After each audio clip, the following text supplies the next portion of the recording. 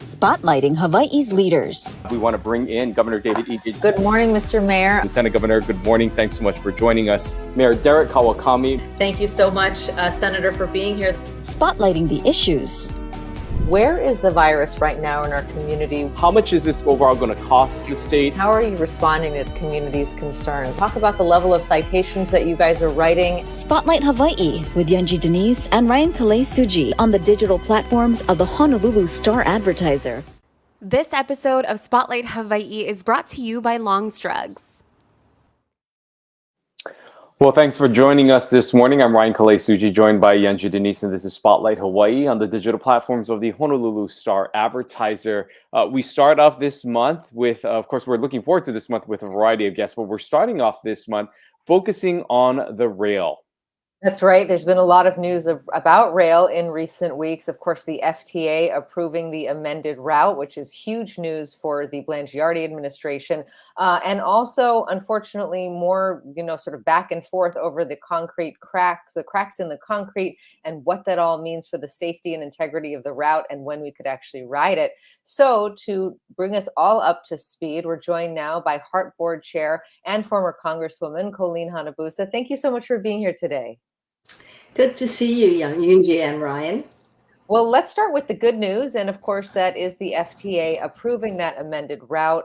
Tell us sort of your reaction to their approval of that plan and when we could actually start to see that money be released to the state. Well, I think they meaning the FTA, by approving and amended, we were going to have to amend the FFGA, the full funding grant agreement.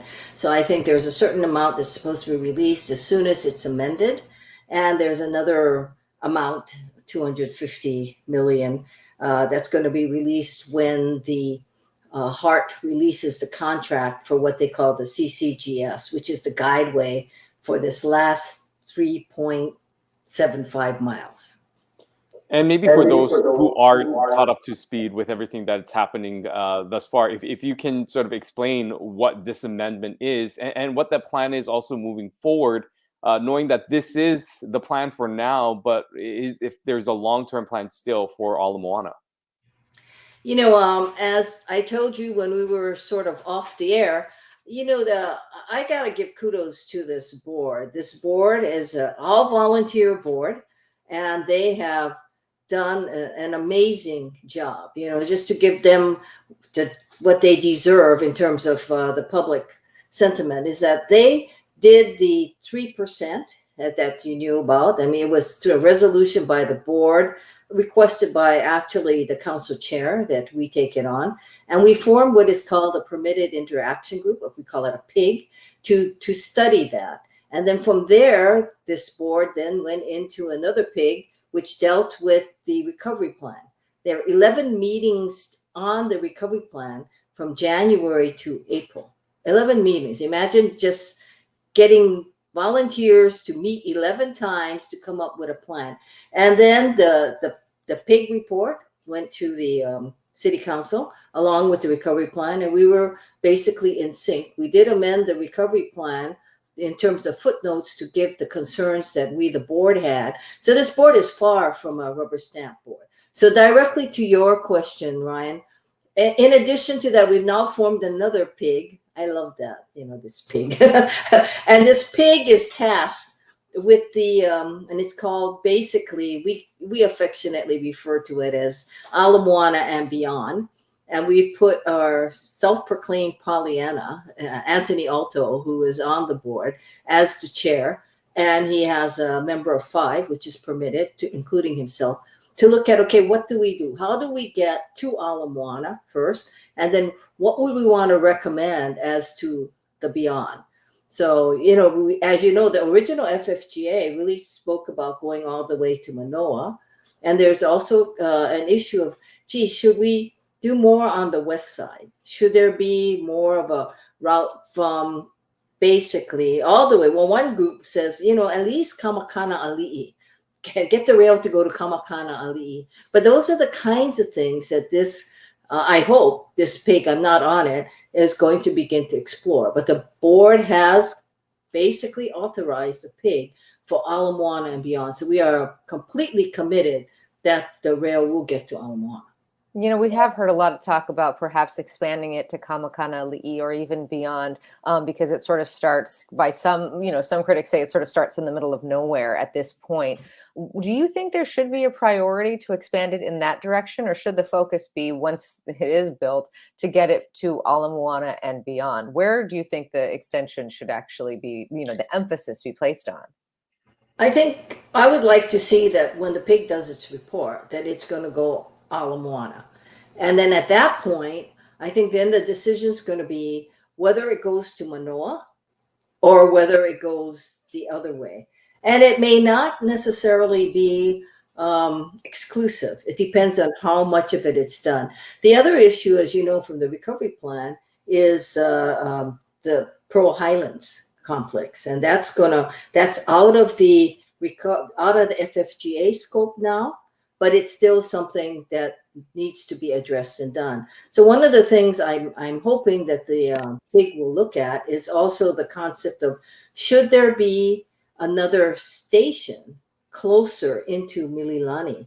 Because as you know, the cost of the Pearl Highlands was in the cost per stall. It was amazing. It was $300 something million, 203,000 or something like that per stall, just because of the construction challenges over swamp is what it is. So, is there a way to consider going into Mililani, and should that be part of the and beyond? So I think that the group that's looking at this is perfect, because I think they're the thinkers out of the box as to, okay, how do we do this?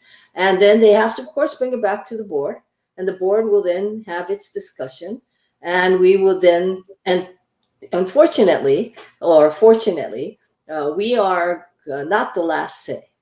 So that's the unfortunate part. The fortunate part about it is that probably the council and the mayor are going to be the last say.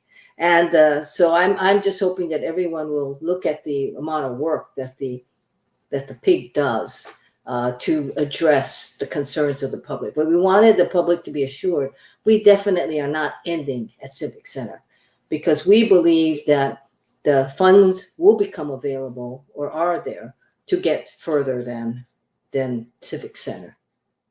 Let's talk about some of the other news that unfortunately rail is making, and that is the cracks in some of the structures and the concrete that have been reported for some time now, and officials will be waiting for that report, the engineering report that will provide further information of the severity and just the long-term plan moving forward. What updates have you gotten about this situation, and how do you think that's going to impact this potential launch that we're gearing up for, that could, as many say, could happen in a few months?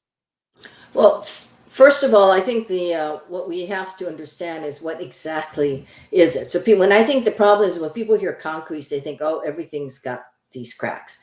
What we're talking about is a specific type of construction, and they're the hammerheads. The hammerheads are found on the station. So there is, just so everyone is assured, there's no problems regarding the guideway itself. In other words, where the train runs.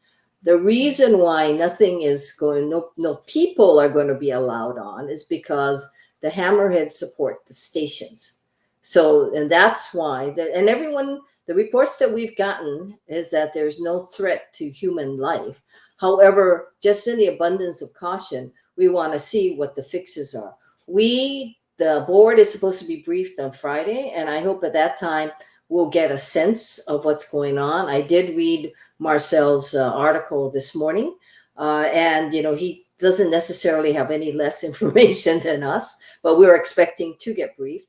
And the other thing that I'd like the public to realize is that it's not all the hammerheads. It's a specific number that they've identified. They're going to epoxy what I call all the cracks, but primarily the hairline ones, which is the nature of concrete, that it does develop hairline cracks. However, the ones that are of concern are the ones that, for some reason, the contractor did not build with post-tensioning in it. And that's how you basically strengthen concrete, is to have post-tensioning. So all of the hammerheads didn't necessarily have, but it's a small number in relationship to the total number of hammerheads. And I believe, though we haven't gotten positive affirmation, but I believe that everything past the phase 1 and phase 2 segments, the Kamehameha Highway segments, have been built with post-tensioning. So we shouldn't see this problem. Going back to how this is all resolved, once the engineers figure out how to fix it, the next question, of course, is who pays for it. In your estimation, who should be on the hook for this, and have those conversations started in earnest? I don't know if the conversation have started in earnest. My personal opinion is that the contractor is on the hook. And of course, the issue is going to be whether the contractor then fixes it. So then it's, they're going to have to figure out how to pay for it within their own set of, however, whether it's the bonding company, whoever it may be. But I definitely believe this is not HART's issue. It's not the taxpayer's issue, in other words. And this is something that the contractor is going to have to resolve. And I hope that HART administration and the contractor are probably engaged in that conversation. But I would tell you, I'm a lawyer, right? So I'm always thinking about liability and who's going to pay. Our engineers are focused on getting it done and safely. And of course, we're all concerned about the safety of the public, but the engineers are more concerned about getting it fixed and getting all of the consultants on board. And that's the assurance that we can give to the public, is that the consultants have to agree on how the fix are going to be, and HART then has to accept it, because at that point, then it moves forward. Prior to that, it's not going to move forward, because the operations and maintenance of rail by charter amendment has shifted to the Department of Transportation Services. So they're the ultimate recipient of the rail and all the stations, and they have to be satisfied as well that the fix and everything else is in order. Given what you know and what you've heard about thus far with this report and the status of what's going to happen with these repairs that could be coming up for these cracks that we're seeing, how realistic do you think that it is that the rail could be running from the west side to the Aloha Stadium area, end of this year or next year? I mean, how much of this is going to impact this overall timeline that many within this project have been shooting for some time now? Well, I think the question is going to be when you say running, right? I mean, in terms of actually the rail will continue to run, I believe, because the hammerheads should not affect the guideway itself. The question would be if you're talking about revenue service, which means people pay to get on it, or just running it with the people. That's going to be, I don't see, because this is, November already. I don't see us being able to cure the hammerhead issue by the end of the year, but I'm hoping that by next year we'll have a better handle. And it's going to depend on how many they finally determine. But I don't believe it's more than, it's not as much as 10, I think. So because, like I said, it's a change in construction methodology, which then gave rise to this concern. And not all hammerheads, I think majority of the hammerheads do not have this problem. I know none of us know the exact timeline, but given the tests that have just happened, and it seems to be that they went relatively well, can you tell us when you expect realistically people to actually be able to pay for service and ride the route? Well, I don't know whether they're going to pay in the beginning. I don't know that part of this, because that's really Department of Transportation Services. But I think if we were to use a criteria that it would be as if they would be able to pay, I would expect it to be maybe early summer at the most. I mean, that would be, I'd like to see it happen sooner than that, because we were originally talking about March. But as you know, the way it works is that, and we hear 90 days of testing without any glitches. It's actually 30 days of no glitches, and then they can move on from there. But every time something happens, it re-triggers it. So that's where they thought 90 would be it.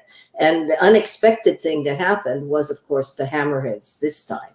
So bar nothing else unexpected happening, I would like to see it before early summer, that people are able to get on and ride it. But that's that's a perfect world situation.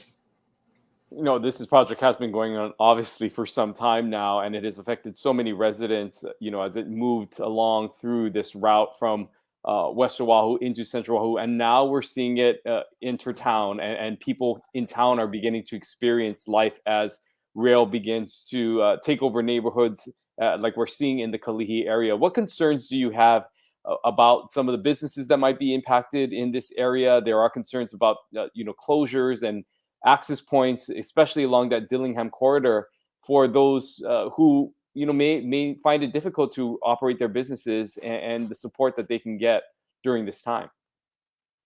Well, I think it's I hate to use this analogy, but the problem that we're dealing with really is almost like the perfect storm kind of situation, because what you haven't pointed to, Ryan, which is in the back of my mind all the time that I think about this, is what's the cumulative effect of COVID and how that affected a lot of the business operations, especially food and those kinds of being able to sit at the favorite counter or somewhere, and how does that then add to this situation? And it's going to determine, I think, about how many different access points that they have, and to effectively answer that, it would almost be, well, how was this business doing before rail gets in there, and what is it something that is reparable or not? Because when you think about it, a lot of these, especially the eateries down on Dillingham, I think like one that I used to go was called Violet's, but it closed before.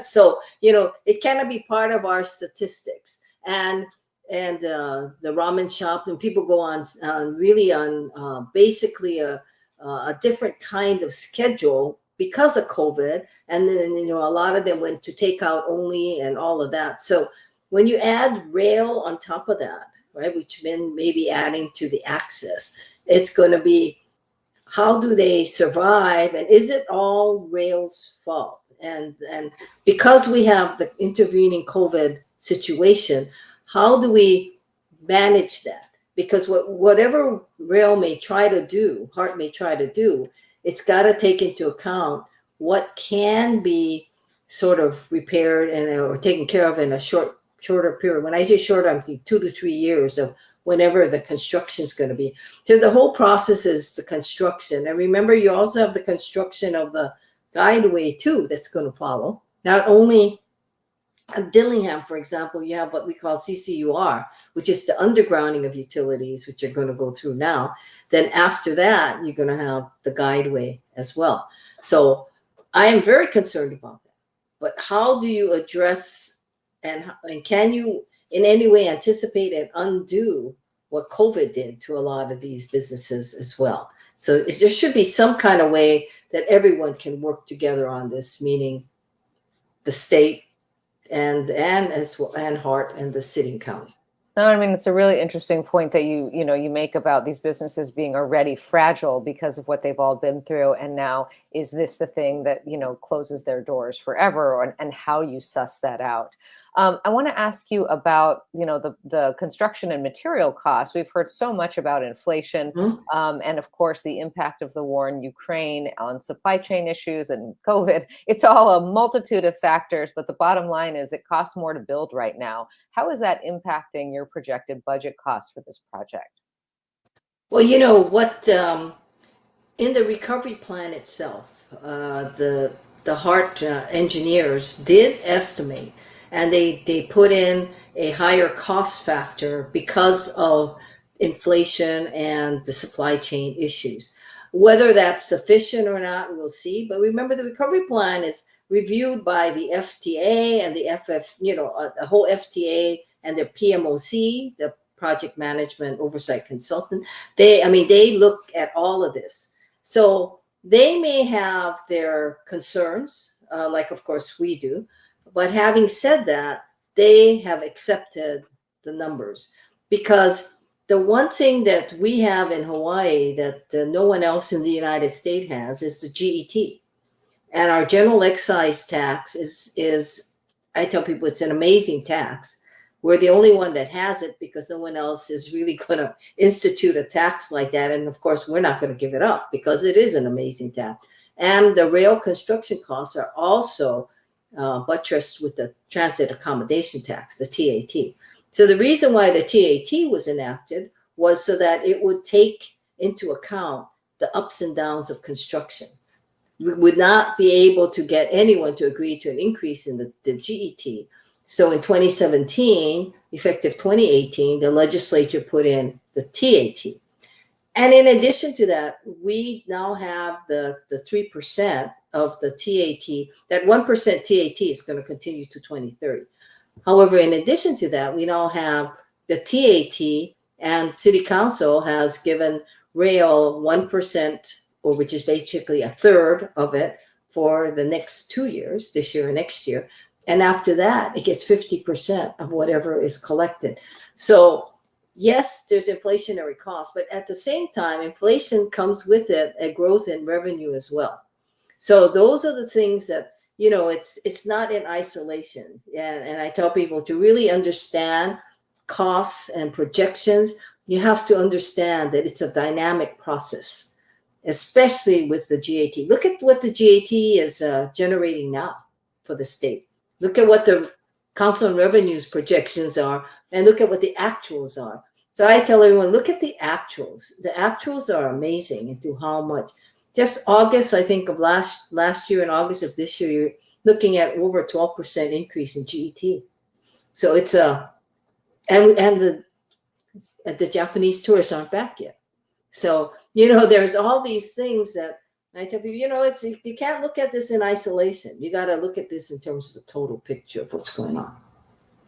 I want to also focus in on something you touched upon briefly, and that's the Civic Center, the stop in Kaka'ako. Talk about maybe any of the infrastructure that needs to be developed in that area to meet the demands now, with that being sort of the point where the road will come to an end for a time. Of course, we know that the plans to continue on and extend to Ala Moana, but is there anything that needs to happen within the area to accommodate the influx of riders that could be coming into that area?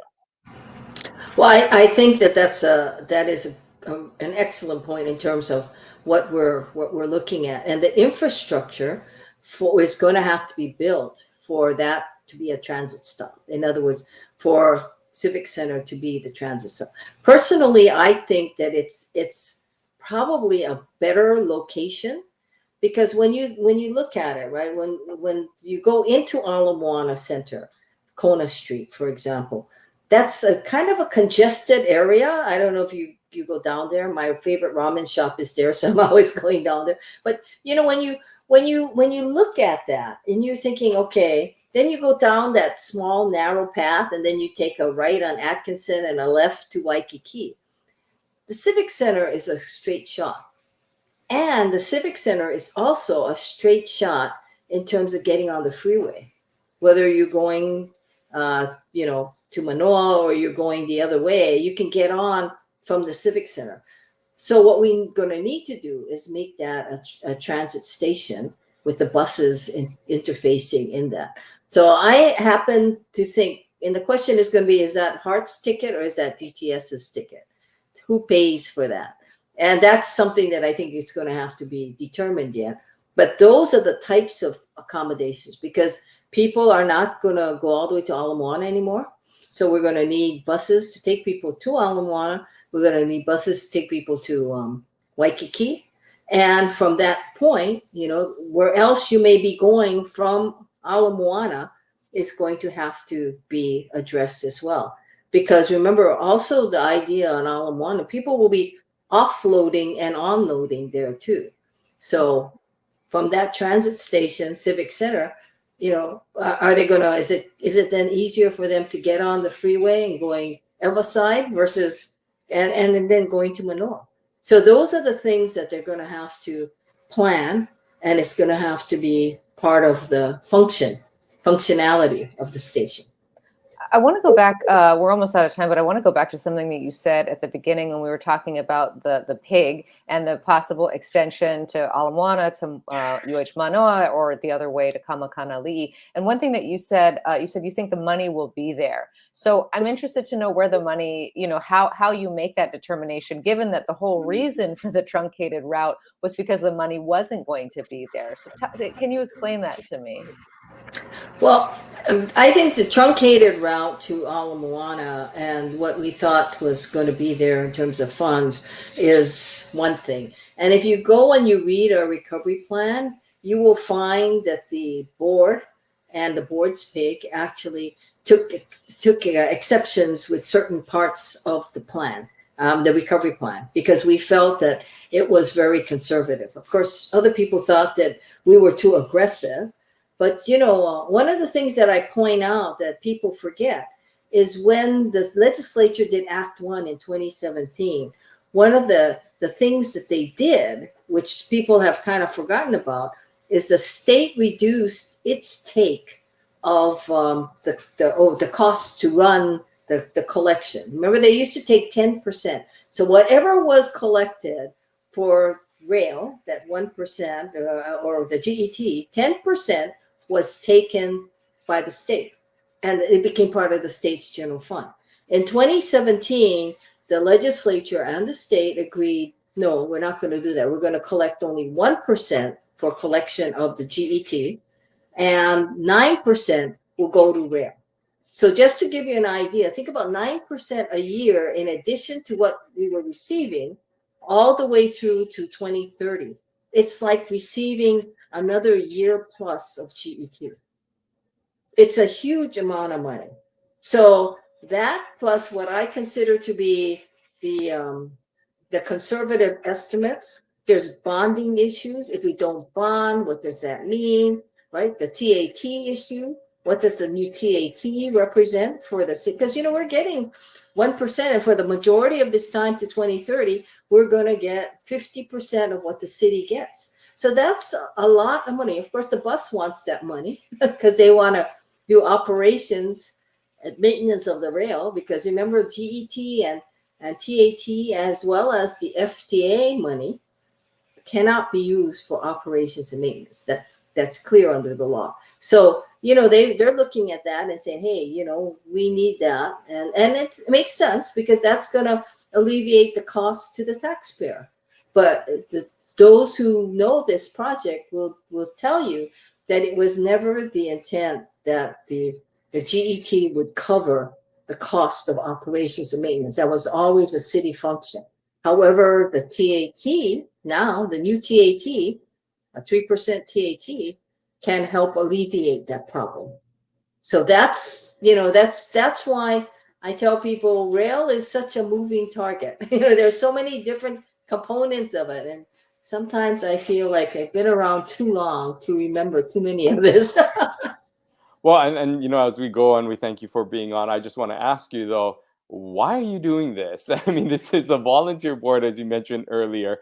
What drives you to want to take on something like this, a moving target, if you will, like rail? What is motivating you to continue on into this position to lead this voluntary board?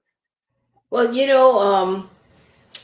the mayor keeps reminding me when he asked me to serve that I told him, your administration is going to be defined by rail. And he says, well, if that's the case, Colleen, then don't you think you have an obligation to see me succeed? And I said, well, that's true. But the other thing that people may have forgotten is rail was the passion of Senator Inouye.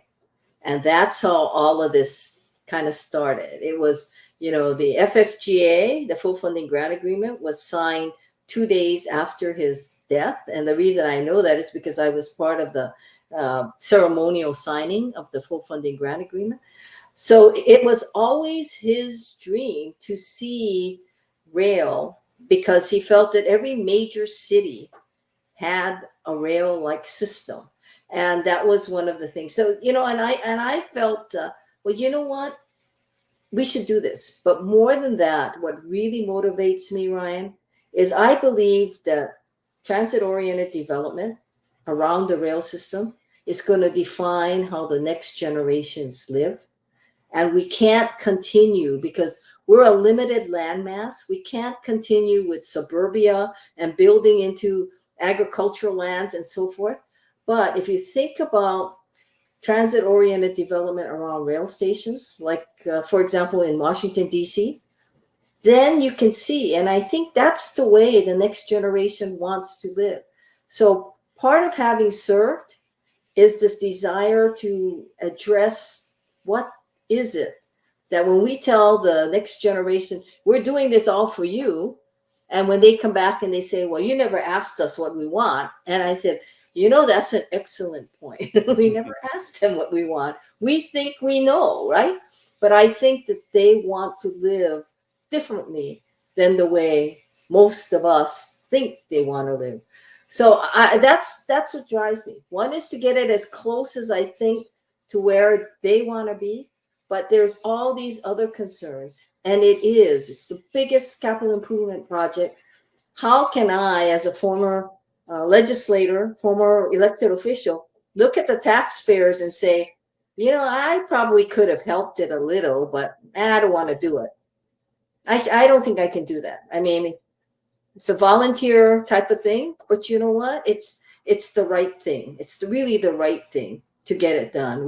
We're at the point we can't turn back on this, whether you like it or not. We can't turn back.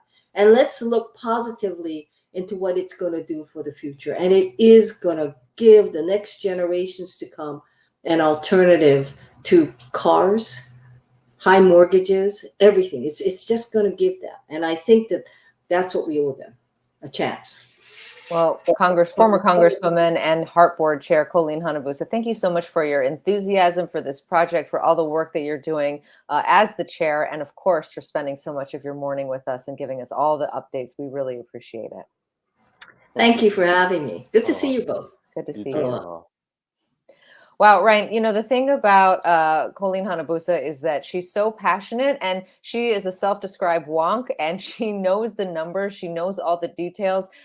Let's not forget, she's been a part of this project for many, many years, having served on the board in the past, and of course now being asked by the Blangiardi administration and by the mayor personally to take on this role. As she mentioned, and you noted, it's an unpaid position and it is a ton of work, but she says she feels a responsibility, of course, to her political mentor and friend, the now deceased Senator Inouye, and of course to the next generation. So sort of feeling that pull on both sides. She did talk about some challenges though, and that of course continues to be those cracks in the concrete.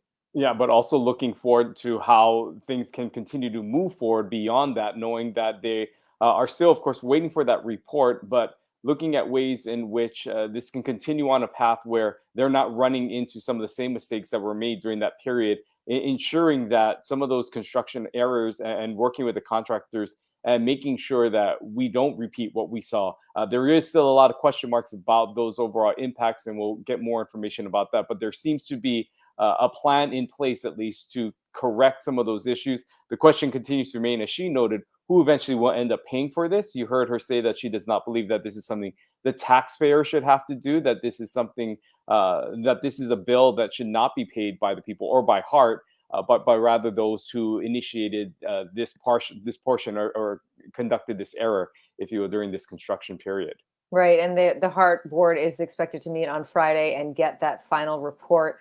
We are all waiting for that as well to see what kind of fixes they're suggesting and who ultimately is responsible for this. We did talk about, of course, the trials that have been going on, and the guideway runs have been going very well. But of course, these cracks being exposed as part of that testing, and now trying to figure out exactly how to fix it. What that means for the timeline, of course, Ryan, we've been talking to Colleen Hanabusa, to Lori Kahikina, to the mayor about this for, I don't know, as long as I can remember us having this program. And, the goalpost keeps moving, not any of their fault, but the goalpost keeps moving in terms of when they actually expect ridership. Initially, Lori Kahikina had said that she had hoped it would be August of this year or sometime in the fall. That's obviously not the case. Now the new goal was perhaps sometime in March. Now, though, talking to Colleen Hanabusa, it sounds like early summer. That's a conservative estimate by her own acknowledgement, but something that we could be looking at not getting to get on that train for many, many months. Yeah, but you also heard about some of the other things that are happening simultaneously with what's happening in the Kalihi area as the rail moves into town, as well as she noted, what she believed is a better space to end the rail, which is in that civic center district in Kakako. She said there's more access points rather as opposed to Ala Moana. Of course, the goal will continue to be to get this project to Ala Moana. But the civic center, she spoke about some of the benefits of having it in that area, its proximity to Waikiki, the freeway, and other access points that make it more of an ideal location to end, but also some of the infrastructure that will need to take place to make that into a station point, and make sure that it is capable of handling the influx of people that will be coming into the area. So we always learn a lot when we talk to Colleen Hanabusa, and of course, looking forward to catching up with her again in the future.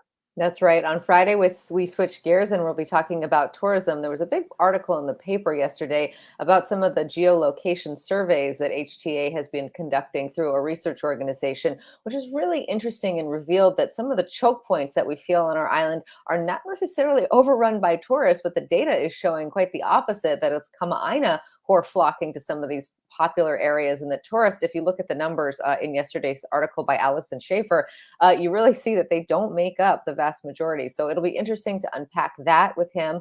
Of course, the CNHA issue and HCVB and where we stand with that contract agreement in terms of marketing the state. And just getting a sense from him about what we're expecting for the rest of this year and the Christmas holiday season when it comes to travel. So always lots to talk about with John DeFries. We hope to see you right back here at 10:30 on Friday. We'll see you then. Aloha. This episode of Spotlight Hawaii is brought to you by Longstrugs.